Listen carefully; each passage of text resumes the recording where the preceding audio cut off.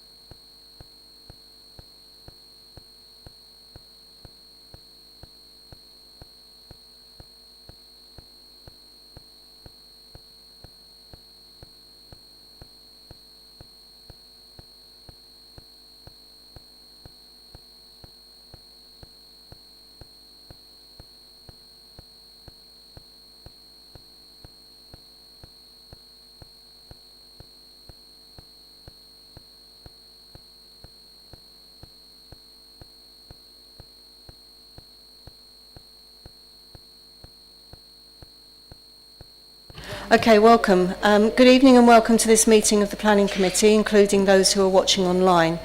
Firstly, apologies for the late start, and you will see that we're in a slightly different seating arrangement, just needing to sort out some IT bits. If the fire alarm is activated, please vacate the offices via the stairs, either through the security door behind me or opposite the lifts in the foyer to my right. Please do not use the lifts. Please assemble in Hawley Square on the green. Officers will assist and advise when it is deemed safe to return to the chamber. I would advise that if filming takes place, anyone in attendance in the public areas may have their image captured. I urge anyone filming proceedings to avoid filming members of the public, particularly if there are children present. Speakers using the microphones in the middle may be picked up by cameras recording the meeting, and members of the public in the public gallery behind the speakers may be picked up by those cameras. Does anyone intend to film or record audio of the meeting? No, thank you. Would everyone present please ensure their mobile phones are turned to silent and that they are not used to make or receive calls or messages in the chamber whilst this meeting is in progress. I have the following members who wish to speak under Council Rule Procedure 20.1. Councillor Garner speaking on behalf of Councillor Austin. Would any other members who wish to speak under Council Procedure Rule 20.1 please announce it now? Thank you. Public speaking. The following applications have been reserved for public speaking. That's AO2, 24 Picton Road, and DO4, Albion Place. I have 4 apologies. Councillor Bayford, substituted by Councillor Wright, and then Councillors Dennis, K. Bright, and J. Bright. Are there any declarations of interest or recusals? So, Councillor Garner, you will be recused for the item that you're speaking on. Thank you. Do members agree that minutes of the Planning Committee meeting held on the 20th of November be approved as a correct record? And can I have a proposer and a seconder, please? Proposer, Councillor Moore, and seconded by Councillor Matterface. Do members agree? Thank you. I'm going to hand over to the Planning Applications Manager now, who will provide an update to members on agenda items 4 and 6B. Thank you, Chair. So for information, agenda item 4, Rooks, 7 to 9 King Street, Ramsgate, has been deferred to a future planning committee as updated plans have been received subsequent to the committee site visit. Consultation on these plans is currently ongoing prior to reporting this application back to members. For schedule item 6A, 4 Wilkie Road, Birchington, that's been deferred due to postal delays restricting public speaking registration. This application has also been deferred to a later committee, but this will specifically be the January committee. I will just add one point on agenda item 5, Kent House, to just confirm, as the report states that the application is recommended by officers for approval, that the officer recommendation is the same as with the October meeting, which is actually to defer and delegate for approval, subject to the submission of a signed legal agreement securing outline contributions and initiating the traffic regulation order process within 6 months and the safeguarding conditions. Thank you, Chair. And so we go into agenda item 5, which is the Planning Applications Manager to outline the report.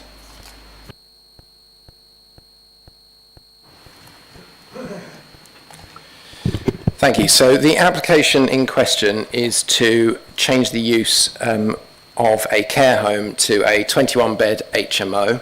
So the site is outlined in red.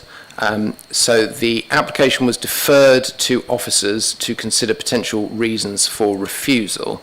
The report in front of you considers 3 primary areas which were discussed in the debate about the impact on living conditions for existing residents and future residents, the impact on trees, and highway matters. So to go through a few photos just to show the site. So the site is within Fairfield Park, accessed off Fairfield Road, in very close proximity with the development to the north on Fairfield Road and to the secondary schools either side. This is a view down Fairfield Park looking towards Kent House. You can see the two trees that are proposed to be removed, the dark trunks either side. And then going into the site, you can see the parking area in existence at the moment for the care home and Kent House itself. This is a turning towards the properties in Fairfield Park and showing the rest of the parking area and the current bin storage that exists. This is a view looking out towards the access from Fairfield Park to Fairfield Road, which is to be utilised by vehicles. You can also see the extent of some of the yellow lines around the access point. Where this photo is taken from is the area where traffic regulation order would be proposed to extend those yellow lines further round into Fairfield Park, which we'll look at in a bit. So in terms of the floor plans, this is the ground floor plan as proposed. It shows the bedrooms for the HMO in red. The green signifies the communal areas, so you've got communal lounges, laundry, communal kitchens, as well as the communal shower room that's on the ground floor. And then on the first floor, you have, again, the rooms in red, the communal areas in green, and members will recall that there's a link at first floor level, so you've got accommodation at the back and accommodation at the front at first floor.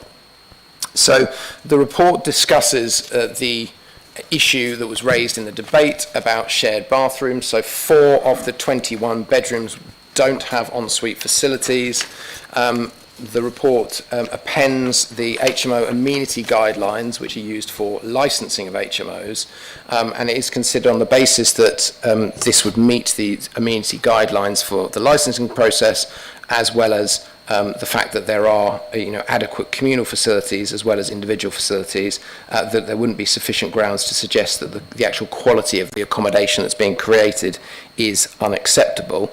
In addition, that is a matter that's looked at in the report to do with the amenity space, because there is very limited amenity space to the extent that there's an area to the rear, but there is not really an ability for that to be really badged as amenity space. There is no requirement in policy terms to provide amenity space for HMOs. So again, this isn't considered to be sufficient ground to refuse the application by officers.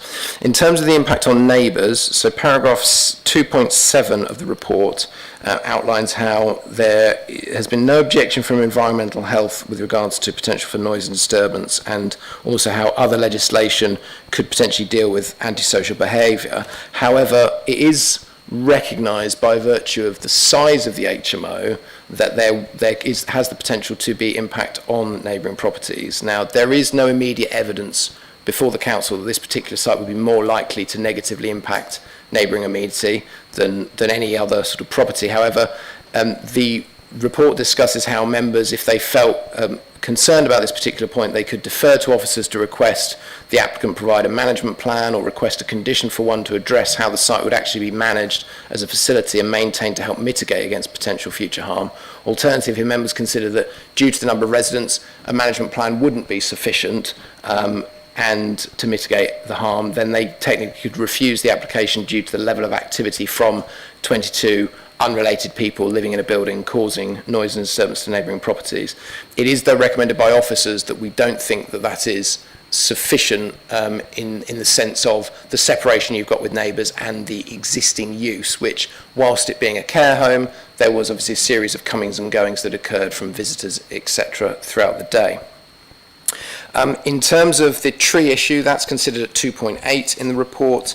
This outlines the history of the 2 trees at the front of the site being allowed to be removed in the TPO application to remove them and replant, with 4 trees, 1 of which at the front and 3 at the rear of the building, and also the approval to remove the trees in the previous application, which was to convert that building into flats.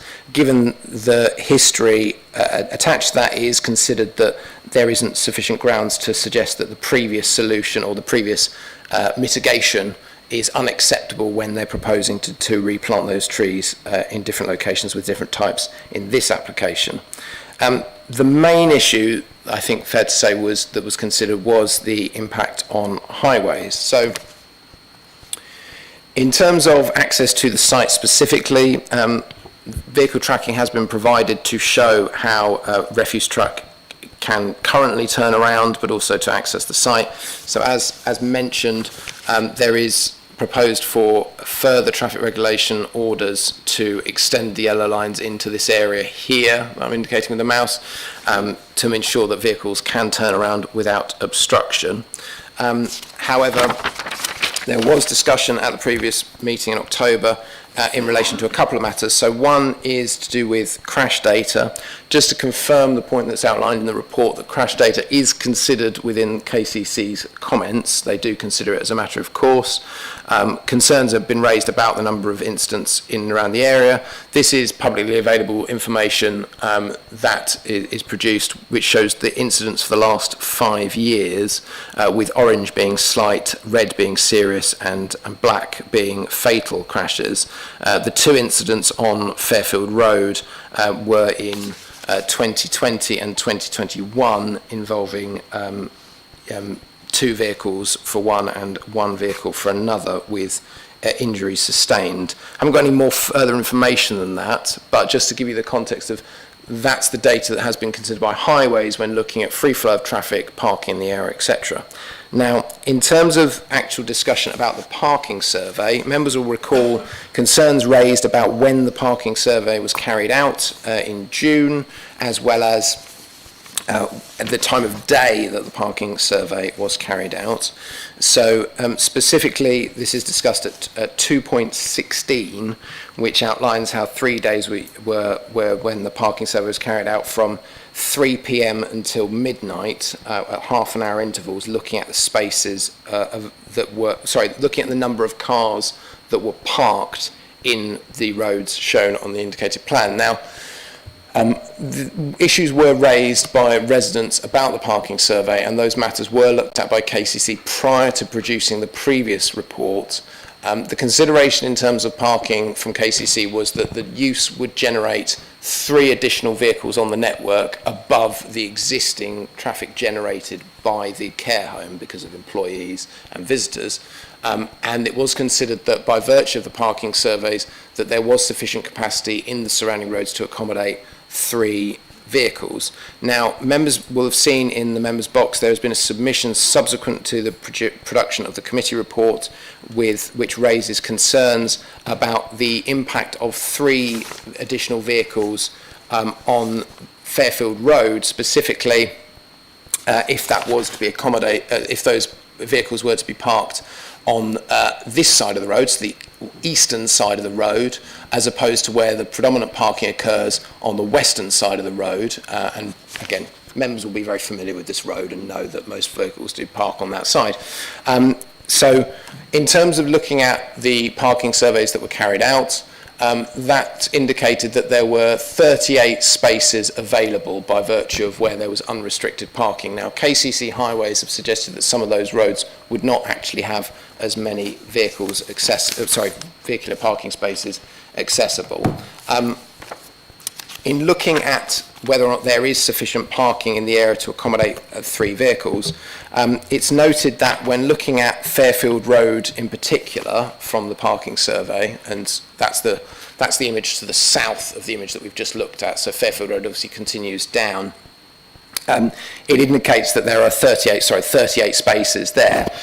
If the spaces were not considered to be appropriate on the eastern side of Fairfield Road because of the potential conflict and the fact you then go down to single lane working, there would still be approximately sort of 20 spaces available on Fairfield Road, even if you removed the others. Now, in terms of the vehicles that were parked during the times that the traffic survey were carried out, then on Fairfield Road specifically, the maximum that's shown on the parking surveys that were put forward were 12 at any point. So there were spaces when the surveys were carried out from the information that's been provided. Now, concerns were raised about how independent that data was. That data has been checked by KCC Highways and obviously has been looked at in the context of what's actually occurring on site. However, the report does outline that those surveys were done in the afternoon from 3 onwards. They were not done in the morning peak, which was an issue that was raised. So what the report does talk about is, again, giving members the option specifically around whether or not they would wish to defer to officers for a further parking survey to carry out in that morning peak of 8 a.m. to 9 a.m. to satisfy themselves that all peak times have been considered. Also, there were concerns raised that actually 3 p.m. is too late to start, and whether or not that should be extended to 2 p.m. because of schools potentially closing early, or in fact, traffic starting early when parking basically starts generating with people picking stuff up. It is still considered by officers that the recommendation is to defer for approval. However, the options laid out in section 3 of the report talks about the options available to members to potentially look to refuse the application if they consider there is evidence to the contrary of what's been produced with regards to highway safety, but also the impact on living conditions, or the option at 3.3, which is for members to defer and delegate to officers to seek additional traffic surveys and management plan from the applicant to satisfy themselves that appropriate information, evidence and mitigation has been provided.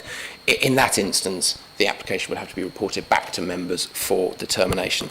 But the officer recommendation is the recommendation at 3.1 to defer and delegate to officers subject to completion of the legal agreement for the TRO and safeguarding conditions. Thank you, Chair.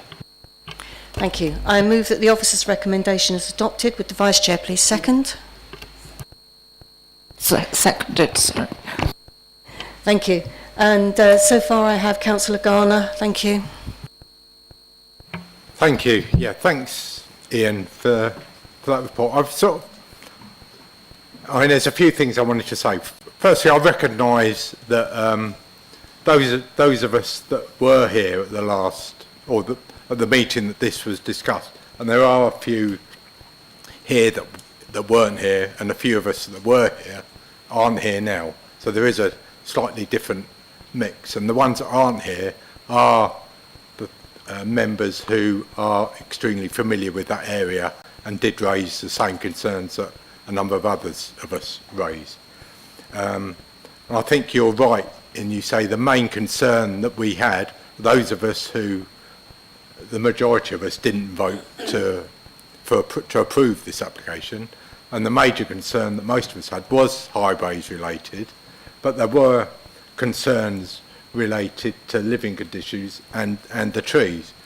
And I think the trees certainly on their own I would accept wouldn't be a sufficient reason to refuse permission if that was all there was. I think the highways issues are, and the living conditions possibly. But I just want to focus on the trees first and then come to the highways issues, because I think it's a bit easier to do that. I was previously a little bit confused about the trees, because I think we agree that there was an application approved, TPO TH210069, to remove the 2 trees, and the decision notice, when that was approved, stated that 4 trees will replace those, and it's even said the minimum girth of 12 centimetres, and it has stated that they will be planted in a similar position to those that have failed. So that standalone was that those 2 removed and 4 planted in the place they were removed from. Now, when we then get onto the other application that these were discussed, which predicates this application, there was talk about apple trees and another a large tree. And we've ended up with 3 of the trees stuffed in, and that's my word, but forced in at the back, where certainly nobody who live in this place would be able to see, because they're right at the back of the building. And I, not being a horticultural expert myself, I would suspect they're not going to thrive at the back there. So I still believe that the trees should go where they originally were said they were going to go, and that's my position on that. As far as the highways, as somebody, and I know there are others here who are extremely familiar with this area, we've got to remember, and I think it is acknowledged, but we've got to remember there's one secondary school on one side, a very busy secondary school on one side of this application site, and on the other side there's another secondary school. In fact, the fields for Charles Dickens School abut where those trees would possibly be. And there's another school not that far away, St George's School, and you mentioned about the surveys being timed as such and schools finishing early. They don't all finish at the same time.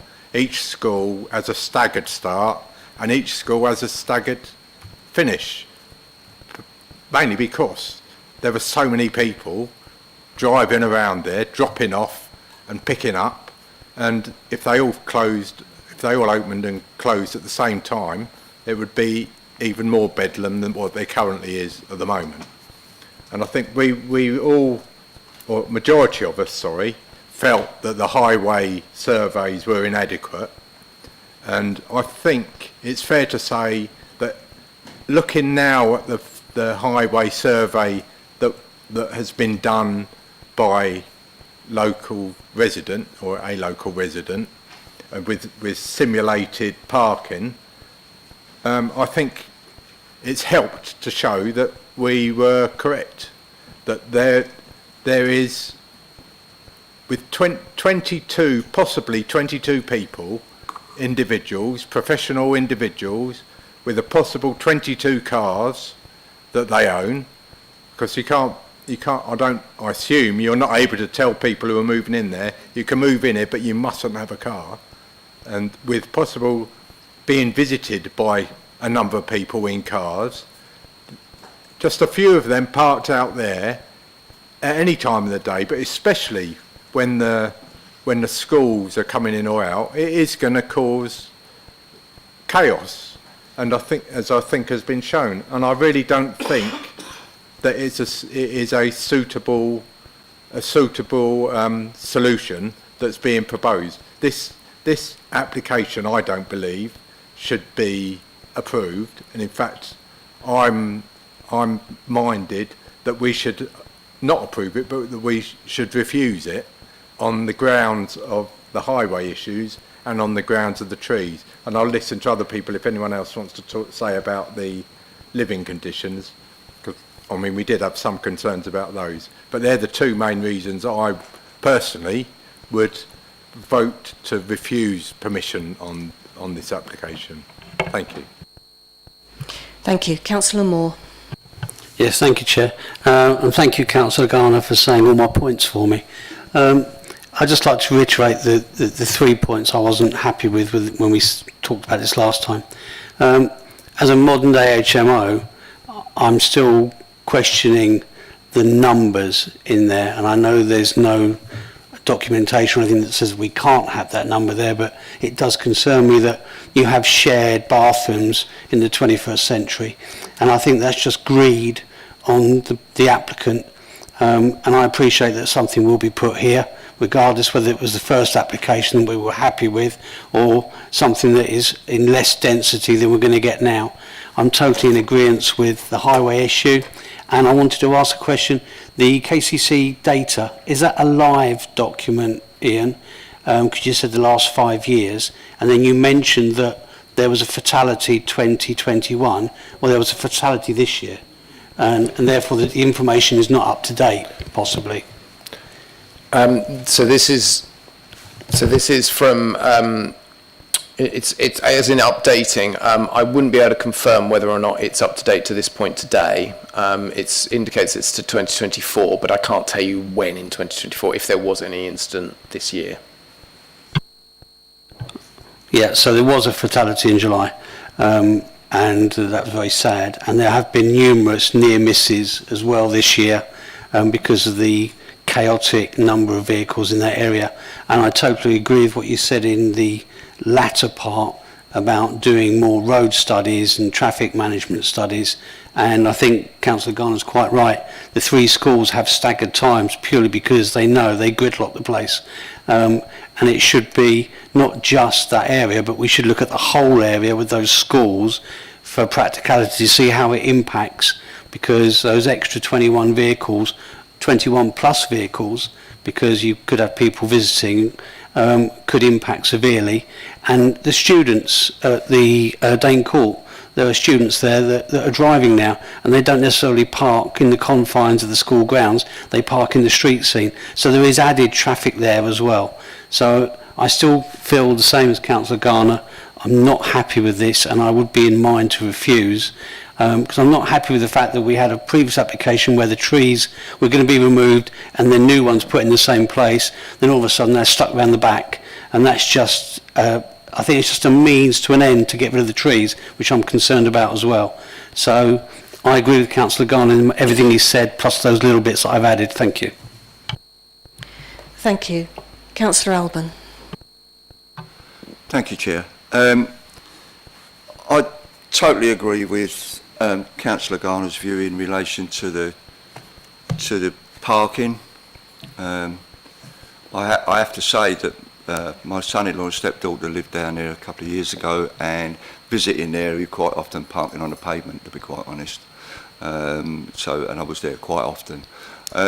So I have concerns about that.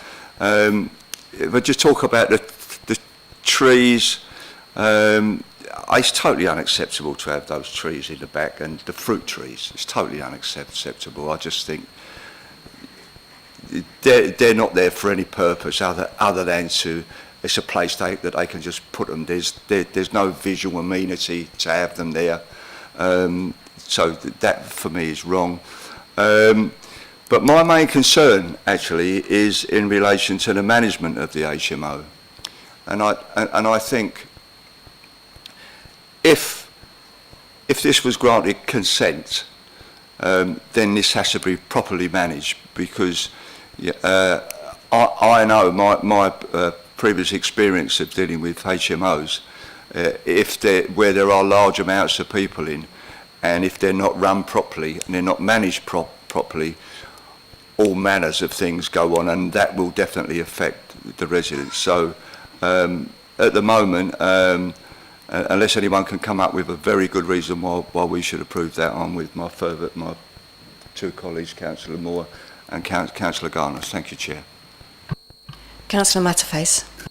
Thank you. I was unfortunately unwell and couldn't come to the October meeting, but I was watching it, and I heard Councillor Wing reference my name talking about buses, because she said if anybody knew about the bus, it would be me. There is one bus route down Fairfield Road which has 4 buses a day. So there's no way anybody going to be living in that HMO will be using that bus. It's a reasonable walk to the Loop, which is the nearest one down at Broadstairs Libraries, so we have to bear that in mind. Minor correction to my colleague Councillor Garner, there are actually 4 schools, because there's Upton Primary as well, just down the road. Now, Councillor Garner and I, wearing completely different hats, had occasion to visit Charles Dickens School last week, and a very interesting visit. And quite frankly, I would have been quicker walking from home. It was complete gridlock. I got a lift, it was complete gridlock. And if we have more cars going to that area, I'm just going to grind to complete halt. Another point I want to make, draw to attention, the parking survey done. June the 11th and June the 12th is the peak exam time for years 11 and years 13 at both Charles Dickens and obviously at Dane Court. So there would be a lot of pupils not in school, not being dropped off, not being collected. So I would query how accurate that parking survey actually was. And if some pupils were on work experience, schools, having worked in schools, you often send your year 10 on work experience. There might not have even been year 10. So the figures for people coming to and from that school being picked up in the afternoon, I don't think would be very accurate. I think if anything, if we do go ahead with this, we should insist on a parking survey done in term time, definitely in the morning. Just a minor point that I don't think came up on the road plan. Perhaps you could go back to the plan of Fairfield Road, please. Because the left side of Fairfield Road, the western side, is a cycle path, which obviously, Councillor Alban talked about parking on the pavement. There is a cycle path the full length of that, obviously to encourage children to cycle to school. So that has narrowed the pavement area there quite considerably for people walking. And also the access down into Fairfield Park and Fairfield Acre is actually quite narrow, and I can't see how any excess cars from this development would be able to park down there. And a lot of the houses on the east side of Fairfield Road don't have off-street parking. And that needs to be taken into account. Thank you, Chair. Councillor Wing. I mean, I agree with everything that's been said, but I've used the crash data in order to produce the Ramsgate HIP, the HIP for Central Harbour, but also alongside my colleague, Councillor Pat Makinson, I did all the crash data, and I thought it actually went up to 2024, but it doesn't. It only goes up to 2022. So it will only indicate incidents that have actually been reported to the police. Everything else that is unreported doesn't end up as part of this. So I definitely think we need to see the more information about 23 forwards. But I want to concentrate on the living conditions, because I like Councillor Moore, I cannot believe in this day and age that we are allowing a development where just over 18% of the rooms have no access to their own washing facilities. Back in the day when I did my Bachelor of Education degree in Sport, Geography and Environmental Studies, I was in a block with 24 people. 4 of us were women, 20 were men, and none of us had facilities in our room apart from a sink. You know, when I was 18, it didn't seem much of a problem because we were all in with a group of like-minded people. But it wasn't very nice wandering down the corridor with no clothes on. But it was very much of its time. But I don't think we can. Sorry, not no clothes on, but you know what I mean. You know what I mean. I don't think, no, I'm going to live with that for the rest of my life. And believe me, my clothes were taken from the door. On occasions there were practical jokes, but we won't go into that. But I cannot believe in this day and age we are going to put a 22-bed HMO in the 21st century, 22nd century with rooms that have no facilities. And I just want us to think about any vulnerable adults that may be in there. We've got no guarantee that everybody in there is solid and their mental health and well-being is sorted all the time. There could be women, men, younger people in a situation where there's older men and older people that have vulnerabilities and may well be forced to walk down the corridor to have a pee and have a shower. And I know the policy says that this is allowed, but I cannot believe somebody would think it's okay. So for that reason alone, I cannot support this development. I also, like Councillor Alban, a unit of 22 people. How is it going to be managed? How is the waste going to be managed? How are the gardens going to be managed? How is the parking going to be managed? And more importantly, how are any disputes or any antisocial behaviour, including noise? 22 people will generate noise. 22 people, there will be groups that will develop and there will be parties. How do we know the nature of the people that we will be moving into this property? We've been told it's young professionals, but it may not be young professionals. So I'm really worried about the standard of facilities for 18% of the rooms, and I'm really worried about the way this large unit will be managed, because it will need to be managed. Thank you, Chair. I just want to come back on a couple of points that have been raised throughout the discussion so far. So just on the point to do with trees, to just confirm with regards to the Councillor Garnier talking about the application in 2021 for the trees when it was allowed for the 2 to be removed, you'll see in the annexes to the report the comment of the tree officer at the time, which indicated that they had agreed for 4 trees to be put on the wall at the back. So that was agreed when those 2 trees were agreed to be removed. There's the subsequent application for the flats, where again a parking space was put where the trees are. And fundamentally this is a decision about whether or not you keep 2 trees that are not in good condition, or you provide parking or more parking to do with this particular use, or indeed any use that comes forward with the building. So it is considered that that would not really be sufficient, given the history of the advice that we got from the tree officer with the replacement application, with the TPO application, subsequently then with the approval that we have done to lose those trees when it was going to be 8 flats. In terms of the shared facilities, the report at 2.5 talks about the fact that shared bathrooms on every single HMO that's a C4 HMO, so everything from a three individuals to 6 people, there's 1 bathroom in all of those units. So I think it's really, really important. I appreciate that members may be concerned about the standard. There is no cause to refuse an application. There is no standard to judge it on, and it would be totally unreasonable to refuse the application on that basis alone, given what is shown on the layout. The point to do with the living conditions, though, absolutely is acknowledged. We are talking about 22 people in a building. What, therefore, we have given the members the option to do, if the motion that's on the table to approve or defer for approval falls, if members wish, then they can obviously defer for a management plan talking about, well, how do you resolve disputes? What happens with the access on the side doors of the property where you've got upper access or access to the side?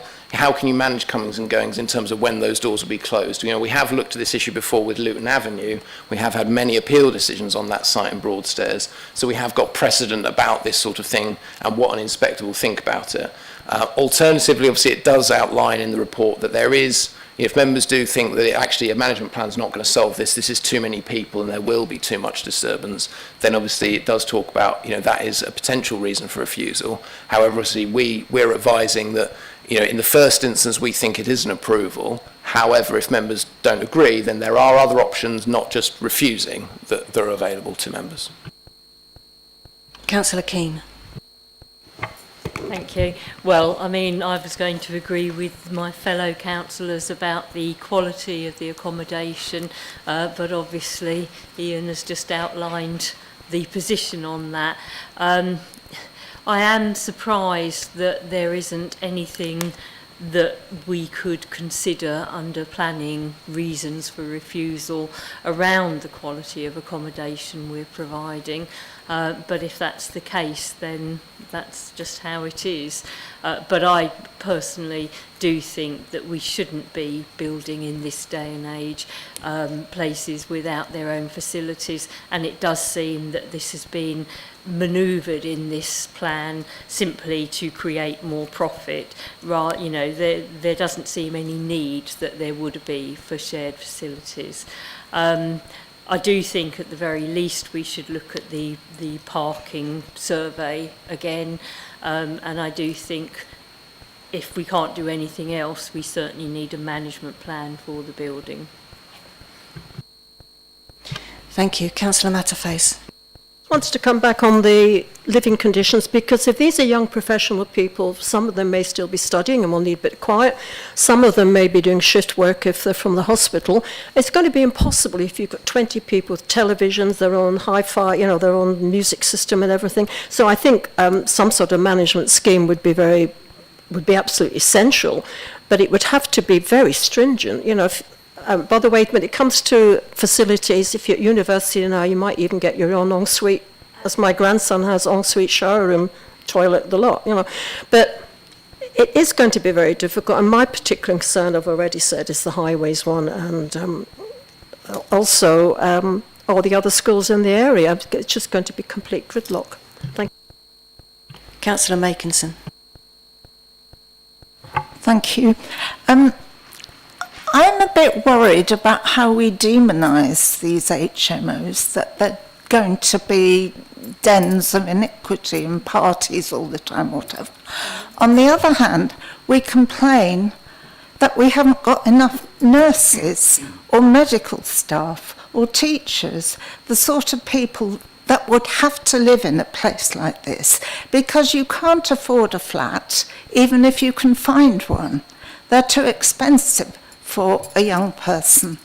And I do agree there should be a management plan, and I think it's sad that the parking issue, which is quite valid, will take away from having accommodation for people.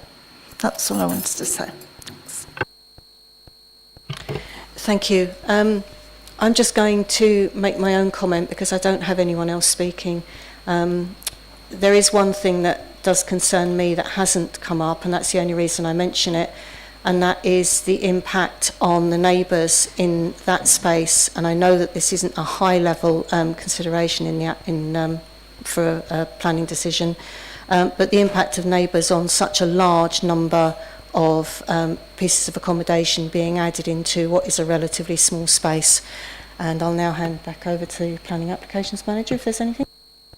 No, I don't think there's anything else, although I think it's, again, worth impressing that whilst the motion on the table is to defer for approval, obviously if members felt they wanted to move an alternative motion as per 3.2 or 3.3, then obviously it would be about voting down the recommendation that when it's put to the vote, and then proposing a new motion, potentially one of those options, or indeed an alternative motion that's not outlined in that section.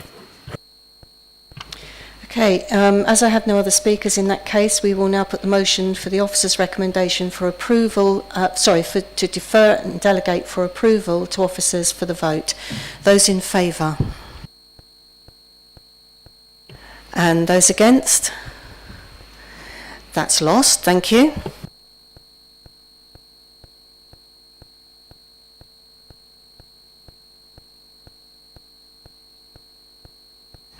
So does anyone have a motion they want to propose? We need to come up with something. I've got Councillor Garner and Councillor Alban both indicating to me, so...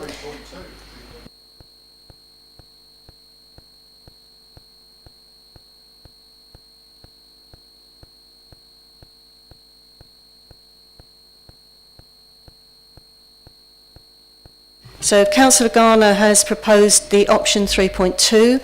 Members refuse the application due to the impact on highway safety and parking based on substantial evidence that contradicts that presented and the advice given by KCC, and or on the impact on the living conditions of neighbouring properties contrary to officer advice. Sorry, Chair, just before that, can we just clarify, because there has been a proposal, I do just want to clarify from Councillor Garner's perspective, moving 3.2, obviously it gives an and or. That's, yeah, so it would be and, right.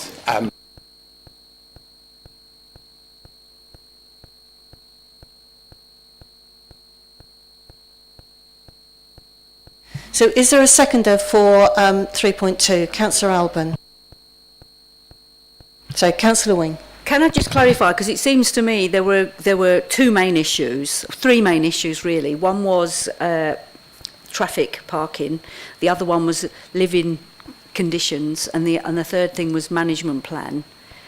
Where does that sit within this? Can I come back? The living conditions relate to the management plan. So fundamentally, this is about the impact on the neighbours in terms of living conditions. The management plan is to aim to try and mitigate that through the operation of the HMO. So in the sense of the three issues, with the motion that is now on the table to refuse the application, then that would potentially be the two reasons for refusal, effectively. The only thing that I have, concern I have with 3.2, which I think is what Councillor Wing was also saying, this says the impact on the living conditions of neighbouring properties, and I take that as the neighbours in the vicinity, which are the houses and the flats, not necessarily the living conditions of the HMO unit itself. Sorry, Councillor Matterface. Well, we have to remember it's not just this property. There's the 2 blocks for the mansions, which is assisted living, plus the McCarthy and Stone, which is for the older residents. So we've got 2 blocks. One is assisted living with a warden. I'm not sure if the McCarthy and Stone have a warden or not, because I mean they're elderly people predominantly. They're all elderly in the mansions. Because if you have the map brought up, you've got the mansions there, but above that is the McCarthy and Stone, the brand new block. That's correct. It is accessed via a different access on Fairfield Road, just to be clear. Yeah, but I mean, if we're talking about neighbouring properties, it could include those. I mean, I don't think Fairfield Park, they've got big gardens, I don't think impact on them.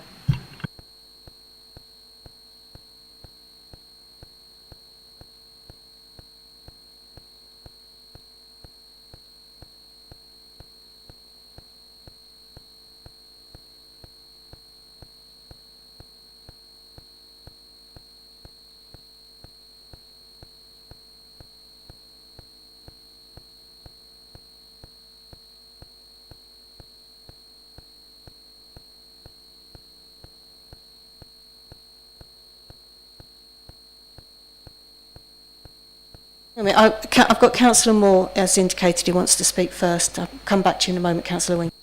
Yes, thank you, Chair. Chair, you just mentioned that the recommendation that's put forward was only talking about the impact on the neighbouring properties, and I think you alluded to possibly the development that we're looking at, and that hasn't been amended. Well, as Mr Livingston has already said, it doesn't break any policy, but I'd like to think that as this is refused, the applicant will reconsider and maybe mitigate the comments that have been made, and maybe that might be something that they fall upon to do of their own fruition and not by what we want. So by refusing, that then gives them a clear indication that we've decided this is not acceptable, and they might want to reappraise and maybe modify what they've got, but that's purely down to them. That's not what we're voting against, if you see what I mean.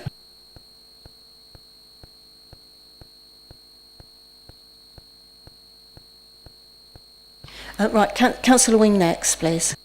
Can there be a wider, can we make an adjustment to the motion that's on the table? So if we look at neighbours, the term neighbours, that could be neighbours that live in buildings close by, but it could be neighbours, because once those 22 residents are in that room, they are technically neighbours. So a wider view of the impact on neighbours. I'm just going to bring Mr Livingston back in because that's where we were going. Thank you.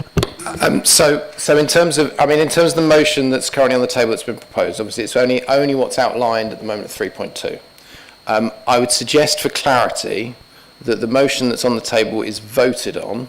If members consider that actually it should also be refused because of the condition of what's being created, notwithstanding obviously what I've outlined, then you vote against this motion and propose a new motion with effectively 3 reasons for refusal, because you'd also include that actually you think that the condition of the accommodation is substandard and doesn't meet the tests of the MPPF, which is paragraph 135. What I would just mention before anyone else comes in during the debate on the motion is what I would look to do after the debate is to summarise the concerns that have been raised in the debate, specifically with regards to these 2 points that are at 3.2, to just outline the policy context for that and what the reasons for refusal would look like, just to be confirmed on that. Councillor Alban. No, let's just get to the vote, please, Chair. In that case, those in favour... Sorry, we're just going to reread it. Just think it's quite important because obviously we've used general terms, but it's important that members understand the policy context before they vote about the nature of the reasons for refusal. So in terms of the point to do with highway safety, the motion would effectively be that members consider the proposed change of use by virtue of the increased demand for parking on Fairfield Road and the number of residents would result in additional parking pressure in an area where there is reduced on-street provision at peak times, and the absence of parking surveys in the AM peak accounting for school traffic causes significant harm to the parking means to the area and congestion within the network, contrary to policy HO 19, which is the HMO policy, QDO2, which is the character and appearance policy, and TPO 06, which is the parking policy of the Thanet local plan, policy BSP 9 of the neighbourhood plan, and paragraphs 115 and of the National Planning Policy Framework, as well as the relevant traffic paragraph. And with regards to living conditions, it would be that the proposed change of use by virtue of the increased activity by users of the HMO would result in detrimental increase in noise and disturbance to neighbouring residential properties, causing significant harm to the living amenity of occupiers and the character of the area, in the absence of any management plan to mitigate the impact or activity, contrary to the HMO policy HO 19 and QDO 3, which is the living conditions policy of the Thanet local plan, policy BSP 9 of the neighbourhood plan, and paragraph 135 of the MPPF.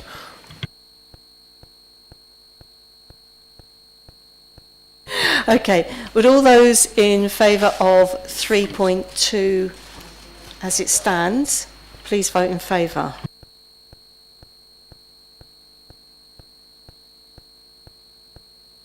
And any against? So that is carried. Thank you.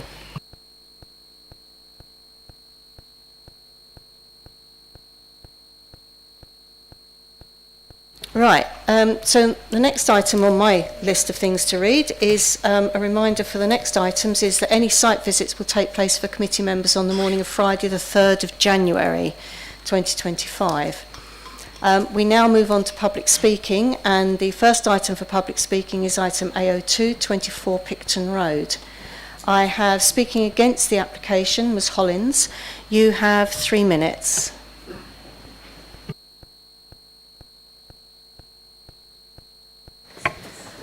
Good evening. Sorry, Chair, can we just wait till the members leave before the...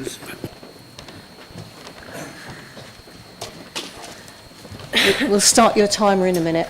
Okay, thanks.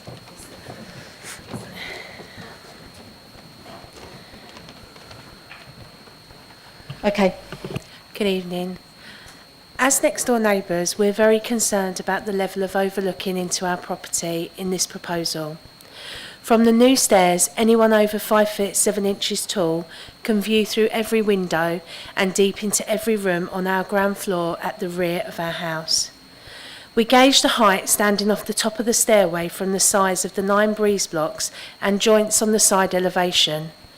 Using this measurement, it is easy to determine that the joints between blocks 8 and 9 sits at 6 feet off the finished platform. This joint is clearly visible from our side.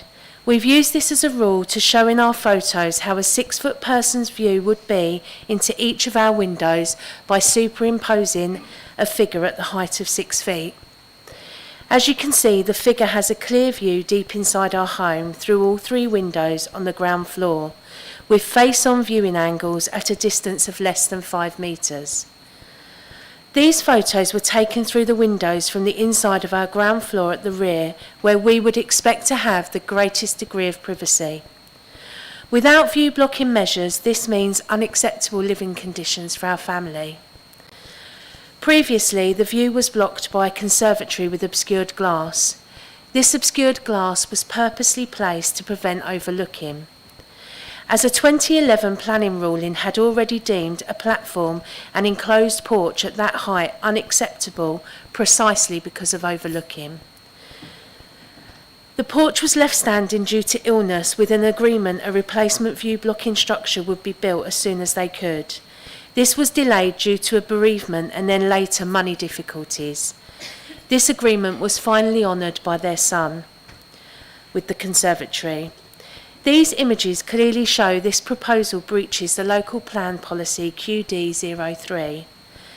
We have tried to come to an arrangement with the applicant when he first broke ground, but this refusal to make any concessions at all has forced us to go down the official planning route. We weren't overlooked before, and we are simply asking to keep the original Victorian planners' respect for privacy intact. Therefore, we ask the committee to deny this application until measures are taken to address the overlooking. A wall running down the side of the stairs that continues off the original side elevation and blocks the view would be easy to implement, wouldn't affect functionality, would resolve any issues of overlooking, be compliant with planning regulations, and give us the same level of privacy as we had before. Thank you for hearing our objection.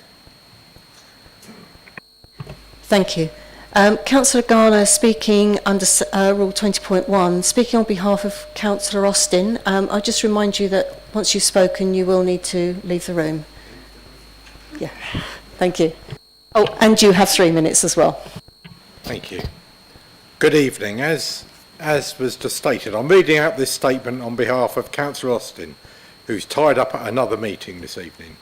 She says, as a Central Harbour Ward Councillor, I was contacted by Mr and Mrs Hollins at number 26 Picton Road, who were worried about the impact of this application. After visiting them, I fully understand their concerns about overlooking, loss of privacy and amenity in their home. If this retrospective application is approved without any mitigation in place. The Hollins' kitchen and dining room, where their son changes after school and does his homework, are on the ground floor of their home at the back. These are rooms where they should be able to expect privacy. Since the applicant demolished the conservatory at number 24, direct sight lines have opened up into these rooms, which had been blocked by the conservatory with its obscured windows. The conservatory was not a thing of beauty, and I understand the officer's view that its removal constitutes an improvement at number 24, but sadly not at number 26. Two significant changes have happened since the demolition. Rubble from the demolished conservatory seems to have been used to raise the height of number 24's garden significantly from its original level. The new steps extend further into the garden than the old ones, particularly with the wider platform step at the top.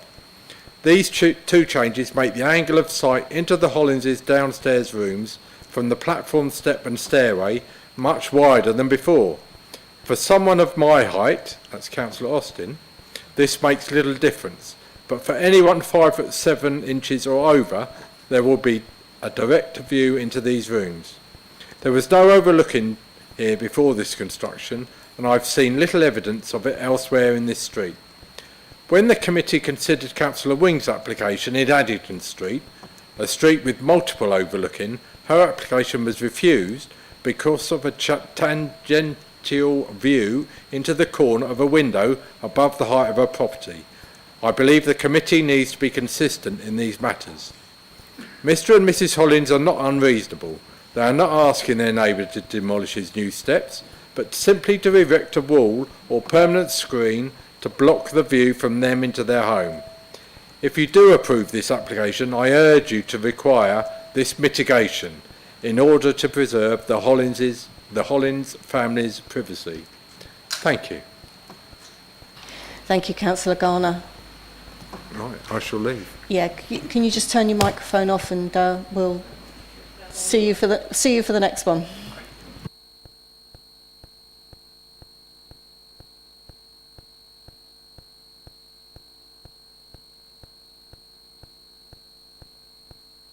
Okay, handing over to the Principal Planning Officer to outline the report. Thank you, Chair. So this is the site in this location here, so number 24 Picton Road, a semi-detached property. This is the property from an aerial view, and this is a photo showing the original extension and conservatory that's been mentioned by the neighbour. So this is the existing extension that is remaining, and this is the conservatory that's been demolished. So you can see in terms of the obscure glazing that was referenced, that's within that side elevation, and you can see within the rear elevation as well there was obscure glazing. And you can see in this view as well the steps that were present coming from the conservatory into the garden area, and the proximity of those steps to the boundary. And then this is what's remaining now. So the conservatory has been removed, the extension has been remains, but the window has been replaced with some bifolding doors, and these are the new steps into the garden area. So you can see that they extend up to the side boundary with the semi-detached property. The neighbour who has just spoken is the property on this side here, and the concern that she's raised is towards the windows within the rear of her property and garden area. So just looking at a few more photos. So again, this is the extension and the steps with the boundary here, and standing on the steps, this is looking towards the semi-detached neighbouring property. You can see that they also have extensions that come out of, in terms of a platform area, decking on their side, but the doors open out so that the doors are against the boundary, preventing anyone coming out from the extension from standing up against that wall. And then this is now looking sort of more towards the other neighbour. So again, you can see where the conservatory here has been removed, and the remaining wall on the side. And then this is now standing on the steps looking towards the neighbouring property. So this isn't right against the edge, just to be clear with members. So the steps do come up to the edge of this point of the extension. So there would have been the ability to stand a bit further forward and potentially look a bit further back towards the neighbouring property, but this is showing the general view that is towards the neighbour. These were the existing plans, so showing that conservatory that you saw in the photo. That was a conservatory on the left and the original window within the extension. And again, you can see the steps coming out into the garden on the right-hand side here, and the obscure glazing within that side elevation. And then this is the proposal, which is now showing the new doors within the rear elevation and the new steps in this location here, and that removal of the conservatory. from ground floor plan, again, you can see the conservatory in this location here with the previous steps that ran into the garden. So the concern that's been raised by the neighbour is that whilst those steps existed, because of the position of the conservatory, if you were standing on the top of the steps, this would have obstructed views back towards the windows, whereas the new steps coming out here are up to the edge. So the concern really is from the top of the step looking back towards the property. So this is the existing extension. So again, the conservatory's been removed there, and these are the new steps in this location here with the doors opening up. So there's no real platform being provided. It does really come out straight onto some steps that extend straight down to the garden. So the top step is around 0.6 metres in depth. It wouldn't allow for tables and chairs to be placed on that top step. So I'll just go back to the photos again. So as mentioned, the concern from the neighbour is towards looking back to the windows. As you can see from these photos, there are views towards the neighbouring windows already from the garden because of the changing ground level of the natural changing ground level in the site. In terms of the fact that there were steps here, these steps are obviously further away from the boundary. Whilst there is, as mentioned, the fact that you could potentially stand on that corner and look back, that's a sort of a temporary sort of situation. You would be expecting people to be walking straight back down the steps. It's not a viewing platform to look back into the neighbouring property. So whilst it's accepted, there would be some views to the neighbour when compared to the previous situation in terms of the steps and proximity to the boundary. It's not considered that overlooking would be significantly harmful or significantly worse from the impact that existed previously. So the application is recommended for approval. Thank you. Thank you. I move that the officer's recommendation is adopted. Would the Vice Chair please second? Seconded. Thank you. And do I have any speakers? Councillor Moore. Yes, thank you, Chair.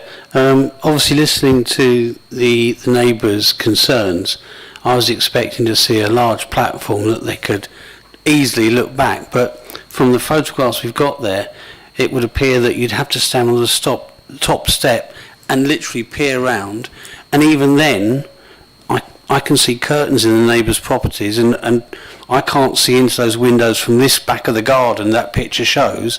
I'm struggling to see how the overlooking is impacting. We haven't got any other pictures that show that. You haven't taken photographs that go back and look at that neighbour's property. No, I'm sorry, I can't take any more public speaking. So I'm just struggling to see the impact that they're there, and I appreciate that the neighbour has suggested that a wall should be built, but that's not part of the planning here. So I'm just struggling to see how that overlooking has impacted from that corner point. Because if we go back to the couple of pictures that you were on that step, yeah, I mean from there you'd have to literally hang on and lean round to look into those back windows. And from what you've said, the steps that are there are remaining and they've not projected out any further. Thank you. Thank you, Chair. Just to quickly come back on this, in terms of the photo that we're looking at there, as Emma has mentioned, obviously you can see the wall of next to where the door is. So to be clear, if you stood if you shimmied along that step, you would be able to look round. Obviously, our main primary issue is that it's not a situation that results in prolonged overlooking. It is a step. It's not a decking area, for example, and obviously members are very familiar with what's looked at. Obviously, we don't have photos in every single angle. If members were concerned, obviously, as normal, a site visit would be something that you could vote for. However, obviously, from the officer's perspective, it is considered that what's been put forward is acceptable. Councillor Matterface. You go back to the drawing, please, of the proposed elevation. So there's not going to be a window. That window there is an existing window, yeah? And there's not going to be a window. There's no window shown on that bit. No. Thank you. That's what I wanted to know. Councillor Wing. I mean, it's always frustrating, thank you, Chair, when a retrospective planning application comes in. It's really frustrating. I just wish people had put their applications in and do it the right way round. I will apologise to Councillor Austin, but I don't think the comparison she made with my application, which was refused, is comparable to this. My overlooking would have been much closer to my neighbours. But so I'm finding it difficult to see the issue, and I'm also finding it difficult from the applicant's point of view as to why they wouldn't just work with their neighbours to resolve what seems to be a fairly small potential to overlook if you happen to be over a certain height and linger on the steps. You know, no doubt both applicant and neighbour are in here. It would seem to me the very sensible solution would be for the neighbour to offer to build up that extra bit of fence on the flint wall, just to reassure the neighbour that everything's okay. That if I was the applicant, that's what I'd be doing. Councillor Alban. Yeah, just back on Councillor Wing's point, we can't make them do that, and it's as simple as that. And I'm with Councillor Moore on this. I don't think we can refuse it on those grounds at all. Thank you. Okay, I don't have any other speakers. Last chance. We will now put the motion for the officer's recommendation for approval to the vote. Those in favour? That's carried.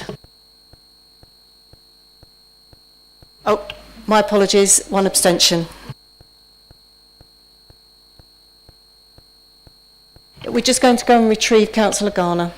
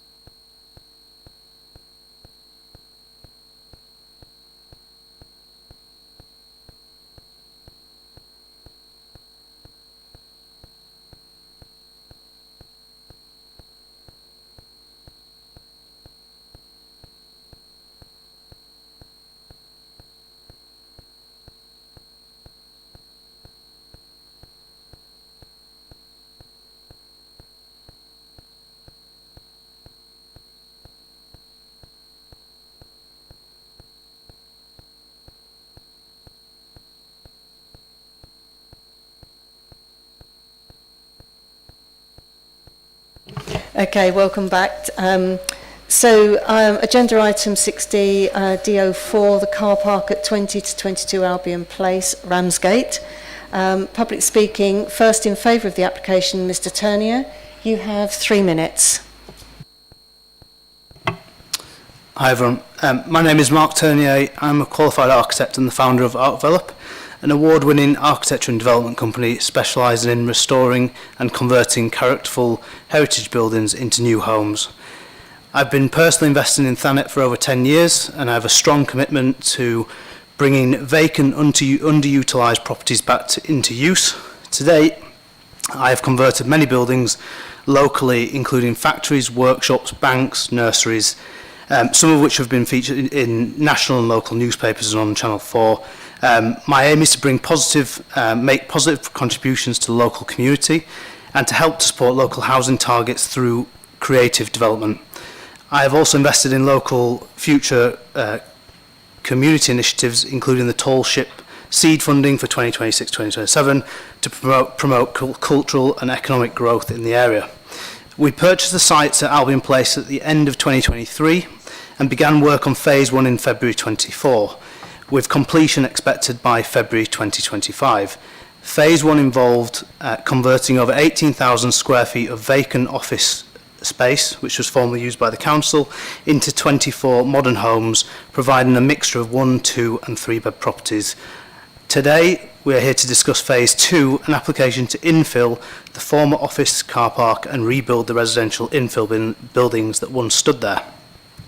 Like most of Thanet, Albion Place has a rich architectural history with individual character, balconies with lead roofs, alternating materiality, and serves as a stunning backdrop to the Royal Harbour. Our vision for both phases is to restore this Grade 2 Georgian terrace back to its former glory, enhancing the street scene along Albion Place and creating a development that residents and neighbours can take pride in.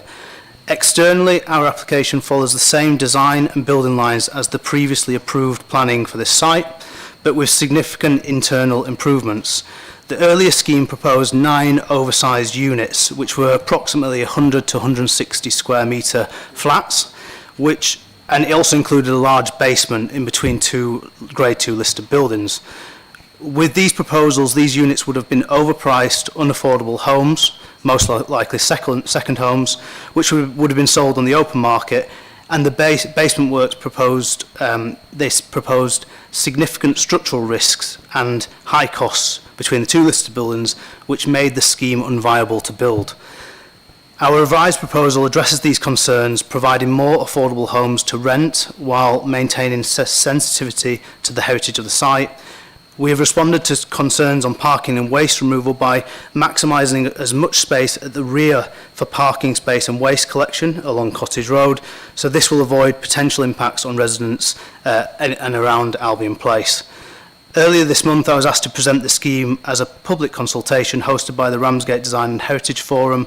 The feedback was overwhelmingly positive, with local residents praising the thoughtful approach to design and reusing these kinds of buildings.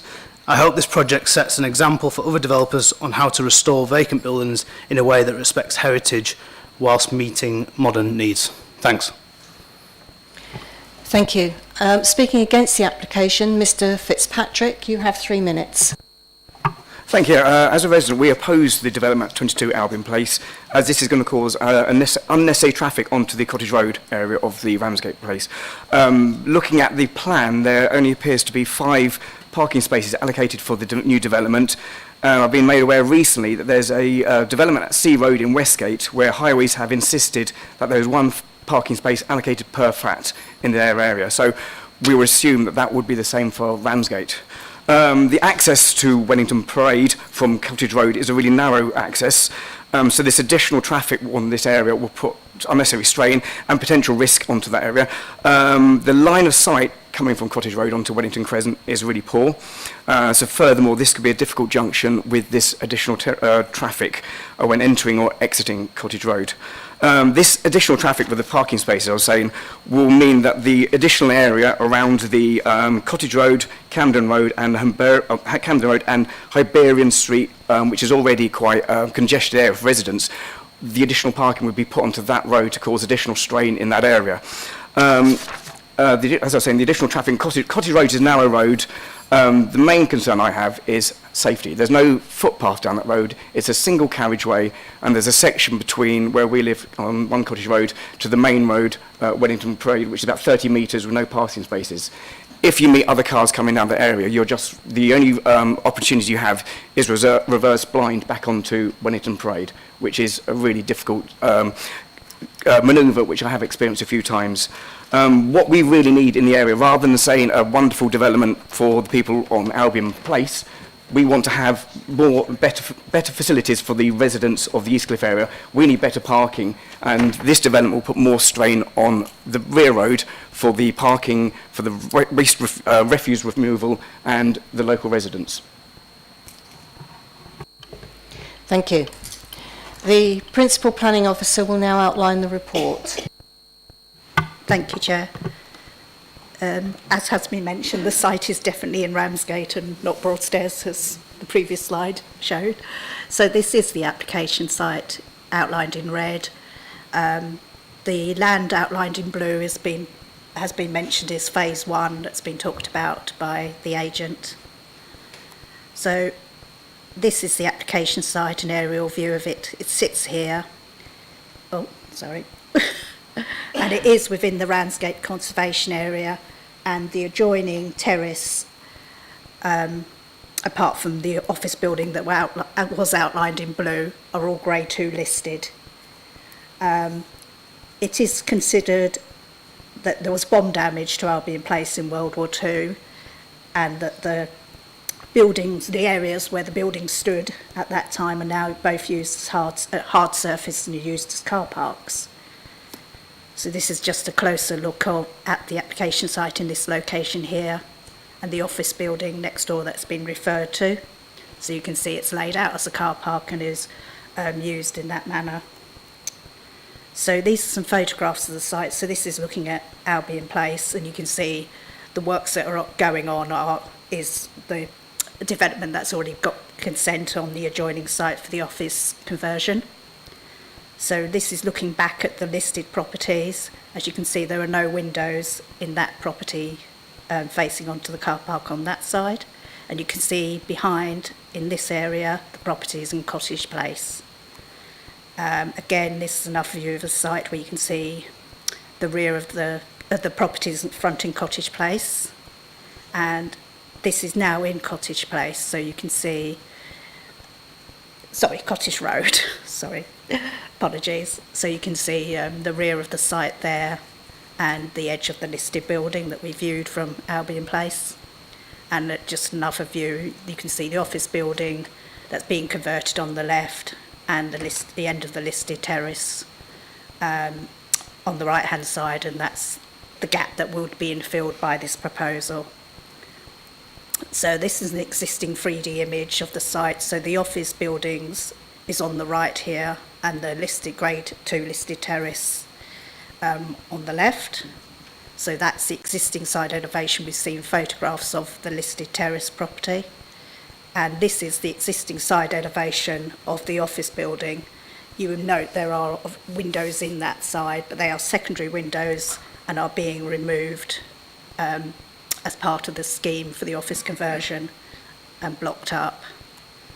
So, as has been mentioned, there was a previous planning application that was granted for 9 units, and that was granted in December 2021. It's now has expired, but only just. It was extant at the time this application came in, and this is what the previous front elevation of that scheme looked like. So, as you can see, it was essentially replicating terraces and continuation of the sort of listed terrace that we see next door. It had balconies, it had fenestration of a similar nature. So this application is for 13 flats, and this is the block plan of the site. So you will see from this side here that it essentially replicates 3 sort of terrace blocks and would infill the gap between phase 1, the office building conversion, and the listed terrace. So it would attach to the listed terrace. You can see here there is an access to the rear and a rear projection, and there is a level access with an access ramp that you can gain access to the rear of the site there.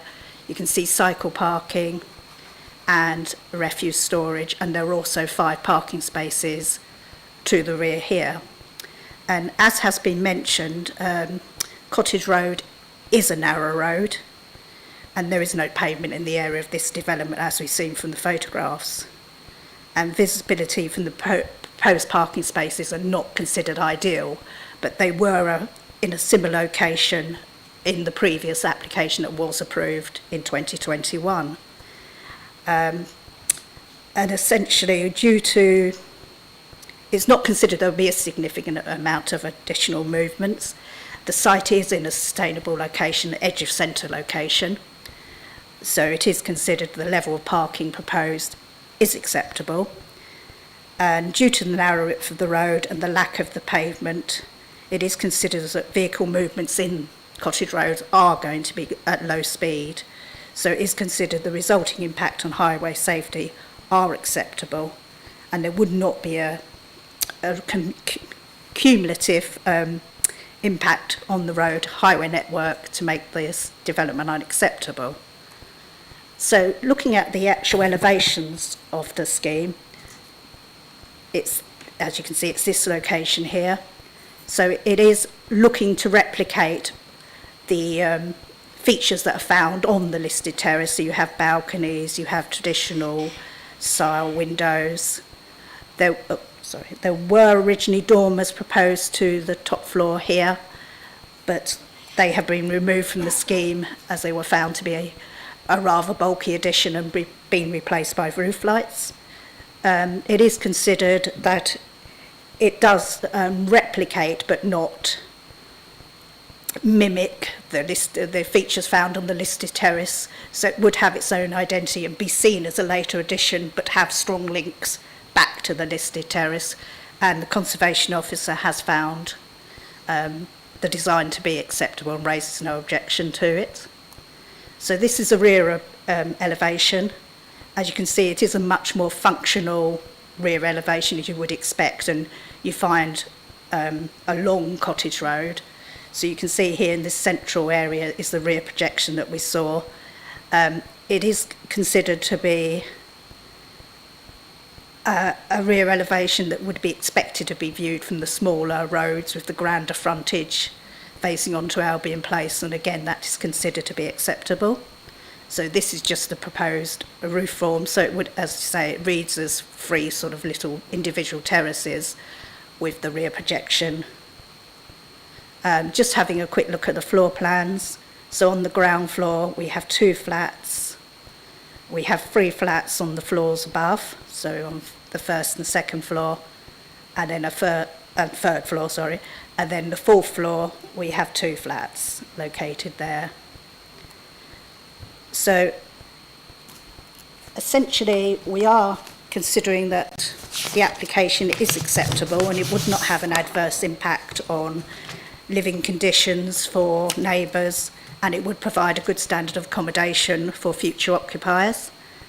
The recommendation is to defer and delegate back to officers for contributions.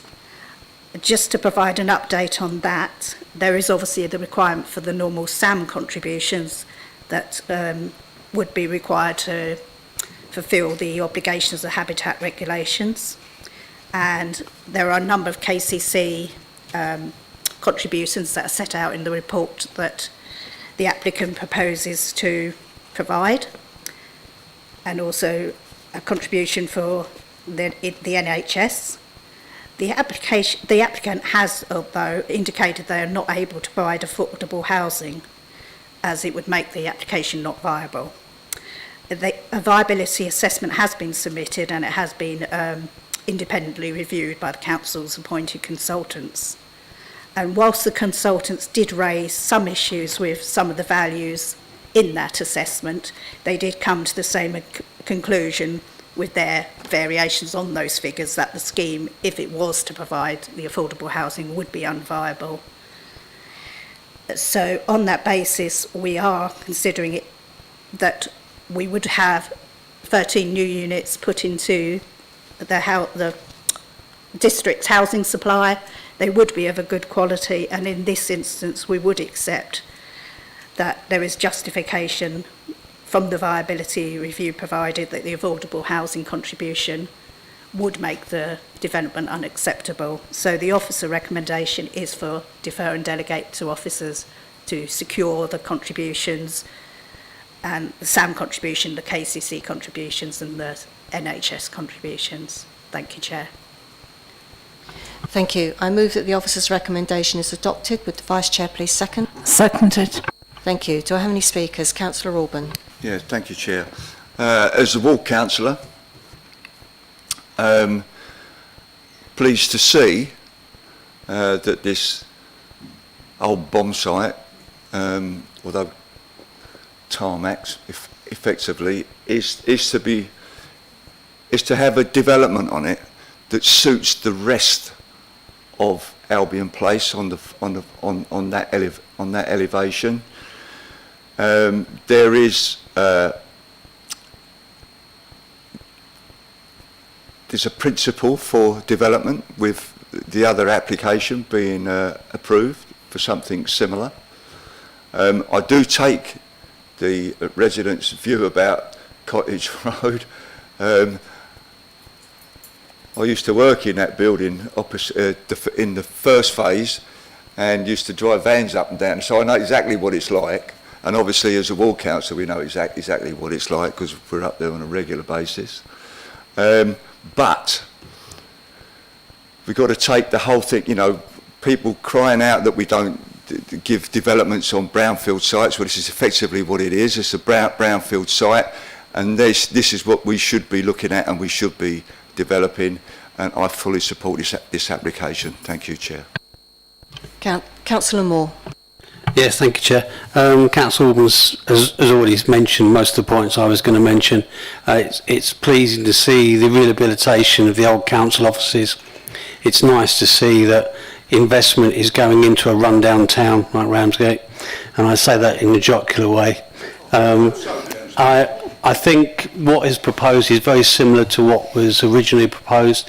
My only query was, it's an infill, it will be an extension of the phase 1, but will it be detached linked to the existing building, or will there be a boundary gap?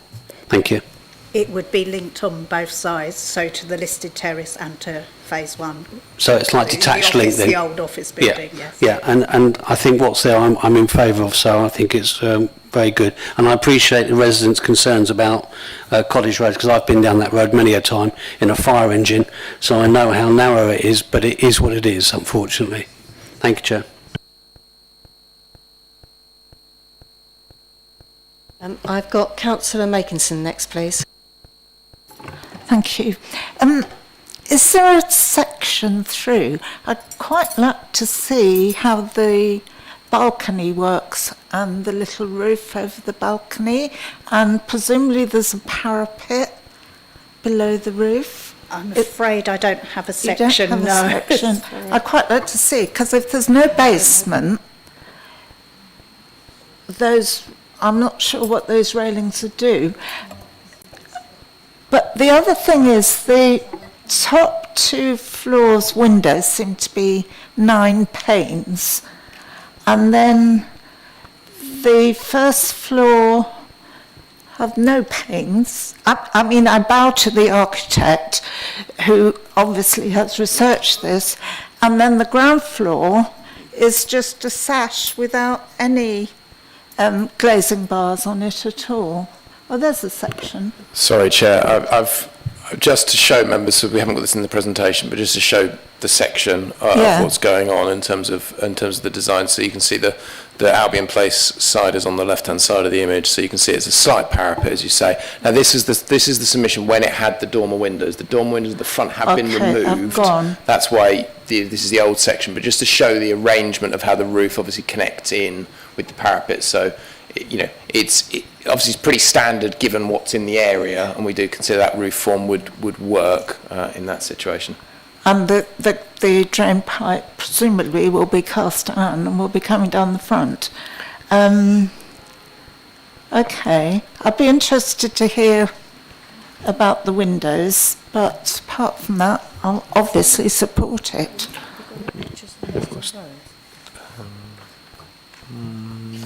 I don't know if we do. Hang on.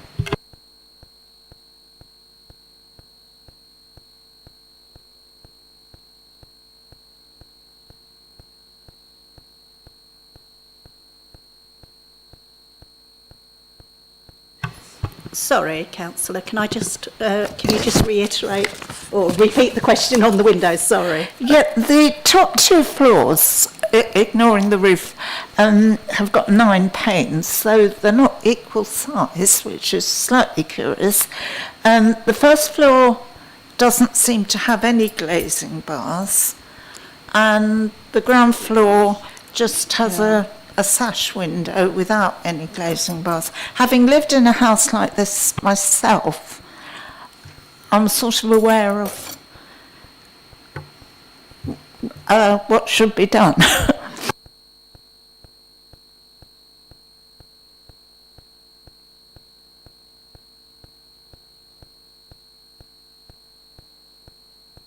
I'm still presenting. Great. So we have got proposed window details. What I would say is, though, that we have proposed a condition, which is for the detailed joinery details to be submitted. Now, Conservation Officer would give a view on the windows in terms of what's put in, and this wouldn't preclude us from, for example, adding the glazing bars so that it's more of a normal pattern in terms of what's put in. In terms of the actual nature of the windows themselves, they are sash windows at second and third floor. They are also timber double glazed, so one of the things that we would always look for is timber windows in a conservation area, but because it's a new building, we've gone double glazed, which is why the joinery details are even more important, to ensure that actually the gap between the glazing is as minimal as possible. Sorry, I didn't know whether you had any further questions on that. Okay, in that case, I've got next on my list is Councillor Garner. Thank you. I just wanted to clarify a couple of things. Currently this is a car park. Yeah, it is. You might have said, but I've missed it. How many spaces are there currently in the car park, and who uses, or how can that car park be used? Is it I assume it's not a pay and display or anything like that. It's private car park, right? So used by. Well, it's currently it's a not a car site, park. yeah, right, So yeah, it's a private car park. So effectively, it can be closed off at any time without any provision to retain it. I think to sort of jump ahead a little bit in terms of the point about parking. I think obviously we had the previous approval, which was for building in that gap. This is. An area where obviously it is town centre. We do acknowledge the fact, and obviously it's been made mention about requirements of highways in terms of one space per flat and that sort of thing. Given this is a sort of balanced situation where you've got 5 spaces at the rear to provide some parking, ultimately there would be no expectation for parking to be provided because of the town centre parking policy that this is in such close proximity to, and it obviously is. I'm going to say sustainable. I always look to Councillor Matterface when I talk about buses, but obviously everyone knows that Ramsgate Station is slightly more out the way from the town centre, but obviously it is very close to all of the services that are in Ramsgate, and I would definitely not describe it as run down as Councillor Moore did. So it's got all the services. The loop goes that way. The loop goes that It's way. very close to the loop. The loop goes just above Wellington Crescent. So that was just my opening gambit about the car parking space. A couple of other things I wanted to understand. There's a couple of conditions relating to hard and soft landscaping and biodiversity, but I didn't really get a good idea from the pictures, I don't think, about what soft landscaping there is going to be around here, what is going to be planted and looked after. So I'd like to know a bit more about that. But the other thing I wanted to ask, I understand from what you've said about the viability assessment, there isn't any affordable housing. I mean, normally, with it being above 10, 11 plus, then there would be 3 units. But will that, I know it's here to be deferred and delegated, would there be anything in the section 106 around contributions towards financial contributions coming that would go for affordable housing? I know others do that, don't they? So I wondered because there should be something. Just to come back on the affordable housing bit first, no, there wouldn't be. Not a contribution or a provision on site, because it's found the viability assessment that was submitted was independently reviewed, and whilst our the colleagues who did that review did find some discrepancies in terms of the figures that were quoted in the viability assessment, running it with their figures, they found it would not be viable with that contribution. So you'd have the SAM contribution, the KCC contributions, and the NHS contribution, but you would not have a contribution or provision of affordable housing. Okay, I can understand I mean, I haven't looked at a viability assessment, but I take your words, even with a few mistakes in it or discrepancies, that, you know, you wouldn't have 3 affordable units in there. But I am a bit surprised and disappointed there wouldn't be some sort of contribution, because other developments do have a contribution, because you know, all contributions are required. So that's just a point. But I would like to understand a bit more about the soft landscaping, because I can't see any. If I may come back, yeah, it's limited, because obviously at the back you've got the parking. So there are areas that are shown on the site plan where basically you've got pockets of landscaping which are just indicated as literally areas. It could be planters, but ultimately the reason the condition is on, which covers things like what the material is actually going to be, the specific product for the hard landscaping, we would expect there to be some provision on the site. Ultimately, any provision is better than a tarmac car park, even if it's just a planter. So there is going to be an enhancement, but I agree it is limited, but it is something. And just to reiterate on the affordable housing, it's tricky because of the number of units, but also with the viability assessment, which is appended, we did get an additional review on the build cost, specifically because of the materials that are being used in the design of the building, because of fitting in with the listed building. That obviously means that costs are that much more than you would normally have, and that then obviously means that effectively there still isn't the provision to provide a contribution. We do look to secure a contribution when, management-wise, I wouldn't expect there to be a provision of 3 units in a development like this, but unfortunately the evidence isn't there to require it. Sorry, yeah, fine. Sorry, I will just go on about the soft landscaping just a little bit, because I know the condition says that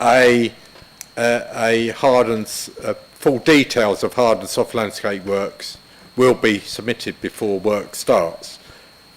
And so I'm assuming that won't be, you know, that could be when all hard and no soft. I'm assuming you're saying that there will be soft landscaping and there will be something. And I know, I'm only reiterating all of this because I know Emma will be well aware of a site just up the road in St Peter's Road where soft landscaping was meant to be put. It wasn't, and grateful to Emma and the enforcement team that they went back and we got won an appeal, and they did have to come and dig the concrete up and put some earth and let soft landscaping in, and we wouldn't want that to happen here. But I'm sure the developer's here and he's heard what we're saying, so. So yeah, just the point. So this is the site plan. What I'm talking about in terms of the planters is there's the square here, there's the square here, and there's the square at the bottom. Obviously the rest of it is hard landscaping, but it's just the plan will just have to indicate exactly what the materials are. We only need a bit more detail in reality to be able to clear the condition, but obviously architects being here, I'm sure that it will be taken on board. Thank you. Councillor Rizeki. Thank you, Chair. I was just going to reiterate that what Councillor Orban said. It actually looks like quite a nice project, nice development, and yeah, I'll be supporting it. Thank you. Councillor Wing. Yeah, thank you, Chair. I mean, it's great. It is a great development. It's a brownfield site, so we have to welcome those sites coming forward. And it's really great to see that we're approving double glazed heritage units, but you know that's something we need to keep an eye on, because at the minute it all fits in, but the wrong spec, and it could look awkward. But I do want to go back, and I've got Google Maps up. Is there any chance we could get Cottage Road up on Google Maps? Because it is what my main concern is around access into and out of Cottage Road, particularly at the B2050 end, which, as I know, because we've done the highway improvement plan for Ramsgate, is very problematic, particularly as there's a number of cars parked opposite. But also at the other end, I mean, Cottage Road is just simply a really skinny road all the way round. But it actually comes out on, if you go the other way, it actually comes out on Abbots Hill and goes into Albion Place. From Albion Place, that little road there on Abbots Hill is extremely small. My van barely fits down it and I barely turn into it. So I just wanted to know what And we've just had an application where we've talked about the impact on parking locally. So this is going to be 13 flats that will generate presumably 13 cars, possibly more, if there's two workers in there that work out of Thanet, like a lot of people do. So I'm just really worried about the access in and out of Cottage Road, because that is a very, very, very dangerous junction. And although it's uphill and you get to the flat bit, people still fly up and down there. But also on the parking around, was a parking survey undertaken, and what do Kent Highways think about that junction?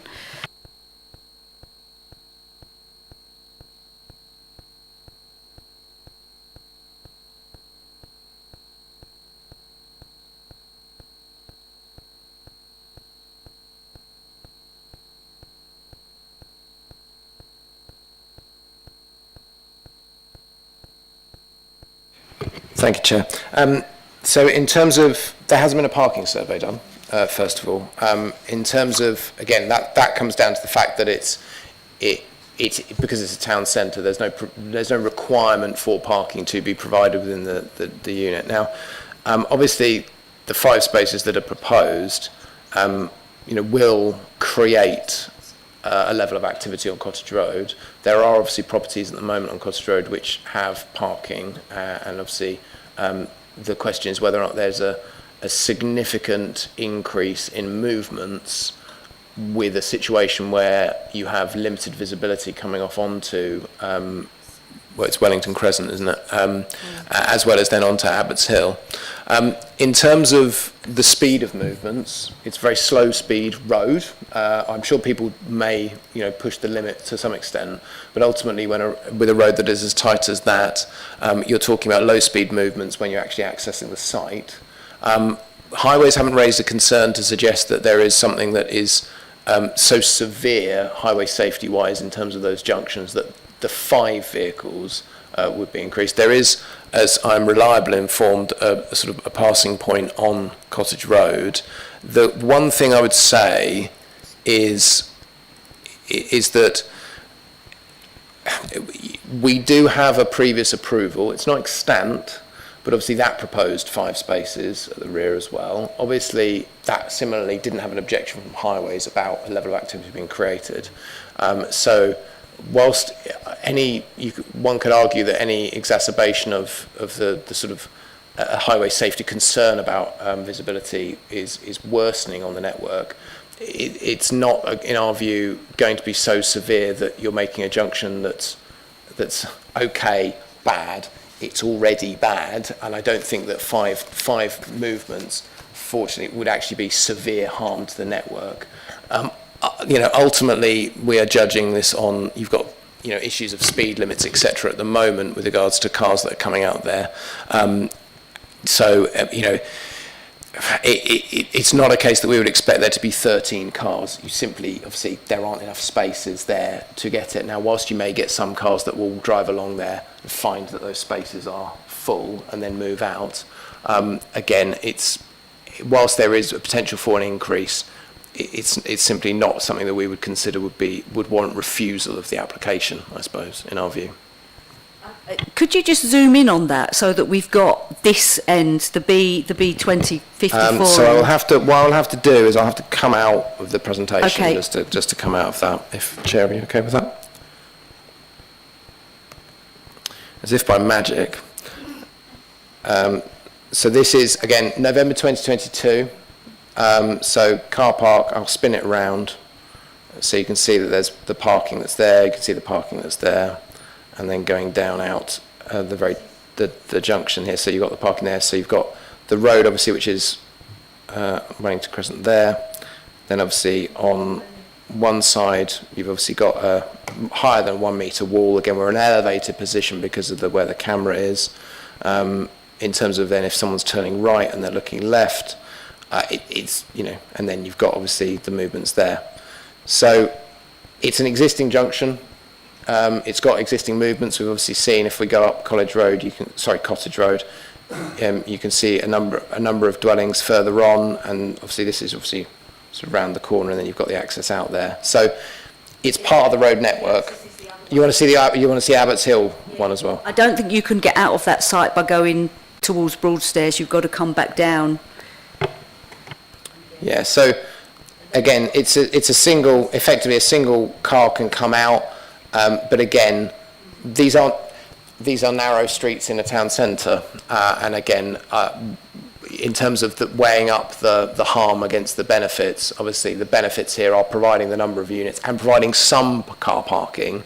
The alternative would be no car parking and the 13 flats, and that would still be acceptable. So that's the debate, I suppose. I get what you're saying, but if you go back to that other junction, this junction here is very, very tight, extremely tight, but there isn't a heavy movement of traffic, and actually you can only go up from the town centre, you can't go down. But I've been stood at that corner and a car's lost control and nearly hit a group of us and ended up in that wall. And what really worries me, and it could all be solved by having a 20 is plenty scheme here, there's a crossing further there.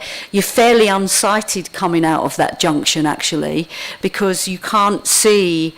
If you're looking down the hill, so you're turning in the easier direction, you're turning left, those cars can be coming up that hill pretty fast. And what worries me is maybe and turning in, maybe we've got a car turning in and you can't turn in quickly to that junction, is that there is a moment's pause of a car while cars are coming through. It is a highways issue. It could be solved by having a 20 is plenty zone, but it does need to be considered, maybe trying to improve the site there. Also, there's a nipping point which is used as a crossing for people as well, which adds another thing in there. But I mean, overall, I think the build is brilliant.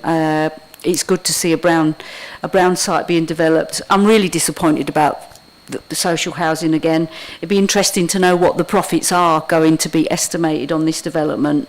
We sit here again, and not only have we got a reduction in from 30, we've got no social housing. And I'd just like to say there's nothing shabby about our Christmas lights. Councillor Moore. Councillor Moore, did you want to come back? I've got you on my list to speak. Yes, I did, Chair, because it was only a jocular jibe at my fellow councillors from Ramsgate. I don't want people to be berating me with the complaints that I said that Ramsgate's run down. It was just a jocular jibe because obviously they are the old council offices. They were run down. They were not being used. They weren't being used, and to see them being repurposed and to see where the bomb crater was for those houses to be replaced and to increase the vista of that area over the greens will be a fantastic improvement to what it was, and the building is being repurposed. That was my point, so please don't take it the wrong way. I noticed from Miss Livingston saying that, I thought, right, I better just dig myself out before I get... If I could use someone else's shovel as well, I'd be really appreciated. So, I think it's a fantastic thing what's going on. It will look really good. So thank you for having the opportunity to apologise.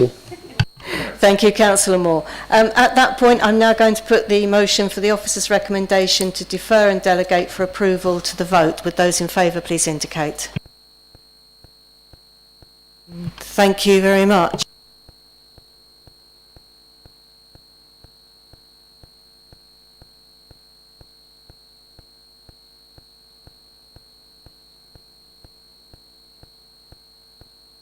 Yeah, just to confirm that's been approved. We've got two more items on... defer and delegate for approval. My apologies. We've got two more items on the agenda. That's the end of public speaking.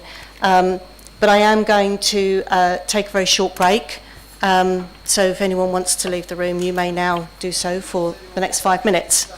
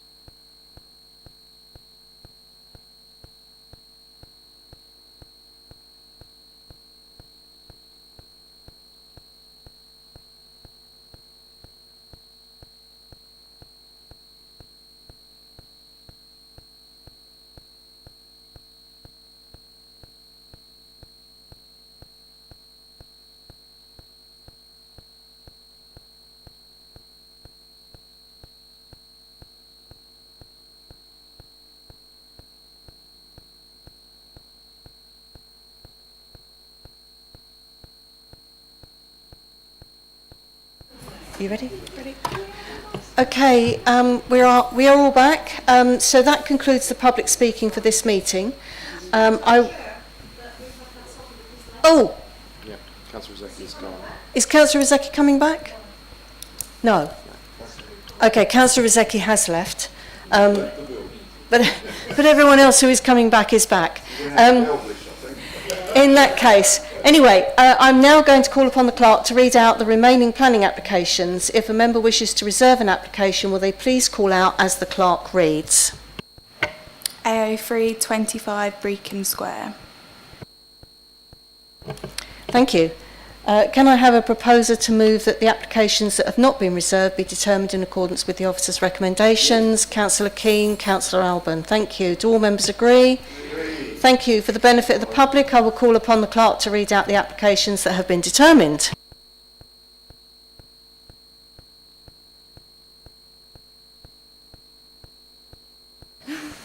AO3 25 Brecon Square. Thank you. The next item on the agenda is agenda item 7. The Planning Applications Manager will now outline the report. Thank you, Chair. This is an application for a non-material amendment to the approval for the Newington Community Centre extension. So, site is in the centre there at the south part of Newington. Members will recall an application that came before them to do a single-storey side and rear extension, as well as various other changes as part of the levelling up money that's available. So the change that's been made, I'll just go through the photos here. I'm sure most of you are very familiar with the area. What's being changed in this instance and put forward as a non-material amendment to the approval is to remove the proposal for a new bin store, which was in this area here. So the bins are now to be stored in the existing area where they are. There has been changes to the hard landscaping scheme, which I'll just zoom in on. Previously this was just a seating area, but now it's got a series of hard surfacing with railway sleepers with planters in there at the moment. This is an area at the moment that is being sort of enclosed by the extension on this area here. One of the other changes that's being put forward as a non-material change, if I just skip through here, is that previously it was proposed for a brick wall to be constructed around the boundary of the site. That has been changed to be a railing. Now, the particular determination here is basically whether or not the change is material to the original application. Not material in terms of a change in material, but material in a legal sense of whether or not it actually changes anything fundamental to the actual application that's been approved. In this instance, it's actually permitted development to actually create a railing around this way because it's one metre in height, and ultimately it's not considered that that change fundamentally affects what has been approved or would be a material change. In terms of the inclusion of the removal of the bin store, as well as there's also a ramp and a slight change to the position of some windows. These are minor changes in our view, but they're certainly considered to be non-material to the original application, and therefore the recommendation is to approve the application. I move that the officer's recommendation is adopted. Would the Vice Chair please second? Seconded. Do I have any questions? In that case, we will now put the motion for the officer's recommendation for deferral to the officers to the vote. Those in favour? And none against. Any abstentions? That's carried. Thank you.